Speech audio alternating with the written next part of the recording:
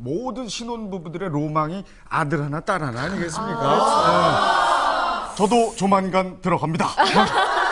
네, 뭐 서경석 씨 몸을 보면 네, 어서 빨리 화이팅하세요. 네, 근데 저는 걱정이 되는 게 그 아이가 서경석 씨 코를 닮으면 어떡하죠? 네, 제가 다 걱정이네요. 자, 이렇듯 스타 2세에 대한 관심은 언제나 뜨거운데요. 그래서 궁금한 밤에서 스타에게 물어봤습니다. 가장 우월한 유전자를 물려받은 스타 2세는 과연 누굴까요? 참고로 조영구 씨는 아닙니다.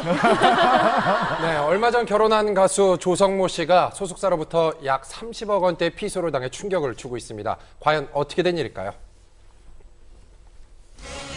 얼마 전 결혼을 한 가수 조성모 씨가 소속사로부터 거액의 손해배상 소송을 당했습니다.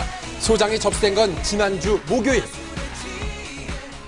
소가가 30억 원이라고 돼 있네요. 당사자 S플러스 엔터테인먼트, 피고가 조성모라고 돼 있네요.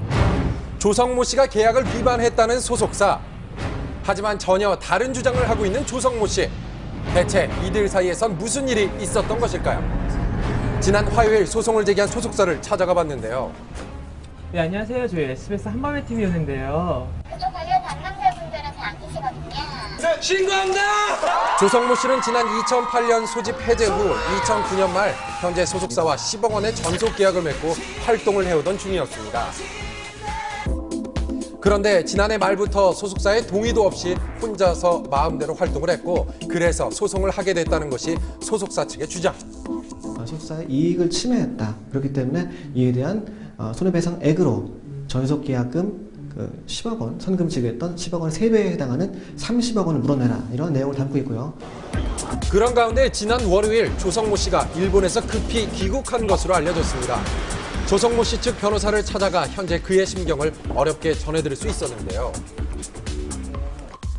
굉장히 당혹스러워하죠. 일본에 휴양차 잠시 쉬었거든요. 그런데 이제 소장이 제기됐다는 인터넷 기사를 보고 급히 어제 국내 귀국을 했습니다.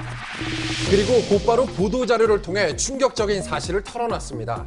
방송 활동 중에도 끊임없는 협박과 무리한 요구로 인해 정신적으로 견디기 힘들 만큼 심한 압박을 받았을 뿐만 아니라 매니저 폭행과 살인 교사를 방불케 하는 폭언 등으로 인해 신변의 위협까지 느꼈으며 이 부분에 있어서는 필요하다면 증명할 수 있는 자료를 가지고 있습니다.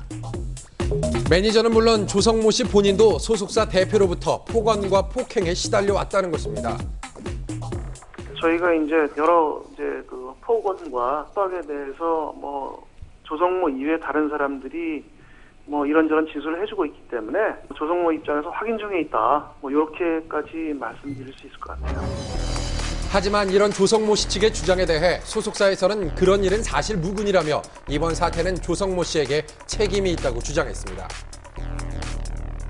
조성모가 연락을 두절했습니다. 핸드폰 번호를 알려주지 않아 연락을 할 수 없었습니다.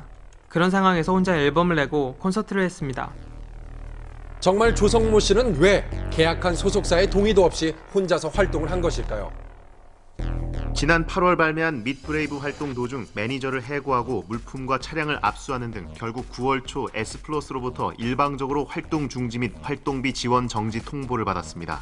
조성모 씨가 나쁜 남자가 되어 돌아왔습니다. 이미 이즈음부터 소속사와의 사이가 좋지 않았고 먼저 지원을 끊었기 때문에 혼자서 활동할 수밖에 없었다는 것입니다.